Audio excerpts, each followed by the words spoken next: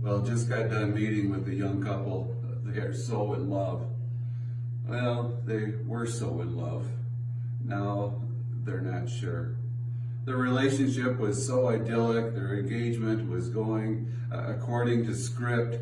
She was dreaming about the wedding. He was dreaming and planning for the marriage. And she was just proving herself to be pure. He was proving himself to be prepared. They were both proving themselves to be faithful. And then something happened. And I've not been trained to be a counselor, but I'm not sure that even if I had had all the training in the world that I would have been ready for this one. The issue is that she's pregnant, and but she claims that she's never been with another man. And he wants to believe her, but he's not sure. She's so sincere, but he's suspicious. And as I try to do, I just wanted to listen. And I wanted to listen to both sides and hear where they were. And yet my analytical mind wanted to tell me that based on all the facts and all the logic with this one, it's probably best that he just find a way to get out of the relationship. We head into this week of Christmas. And there's a lot to be said about relationships during this week. And a lot of us are going to be getting together with families again. And it's not going to be as often. The gatherings won't be as large. And yet, likely, most of the usual subjects are going to be gathered together under the one roof. And many of the usual tensions that have been there for years are going to once again come to the surface. And the question is going to be, how are we going to deal with these inconveniences that come from splintered relationships?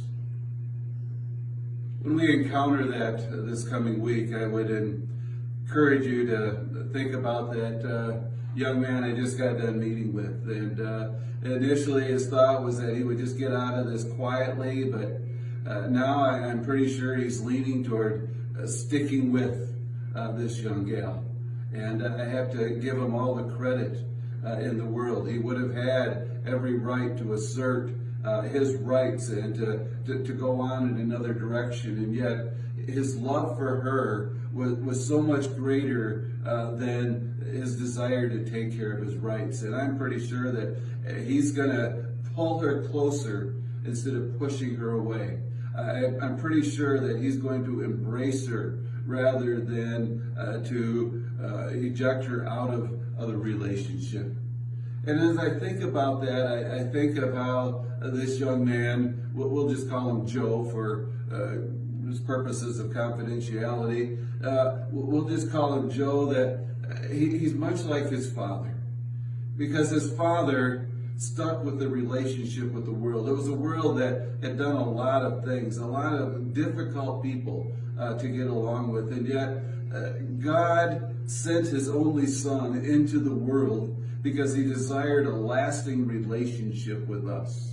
He desired that we would live in harmony with one another. He wanted to do, and he was willing to do everything, absolutely everything, to keep that relationship going, to build it, and to make it last.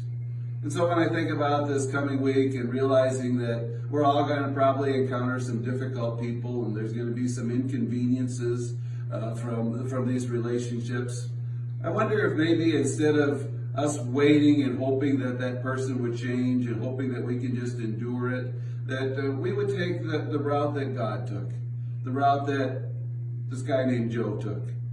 And that is, we would go the extra mile to try to make it work, to just do what we can because the relationship is so important. You know, what would have happened if God would have just waited and said, well, I'll send my son as soon as the world gets their act together? It would have never happened. And so may we take the initiative this week, weeks ahead, to make the relationships work. Thank you.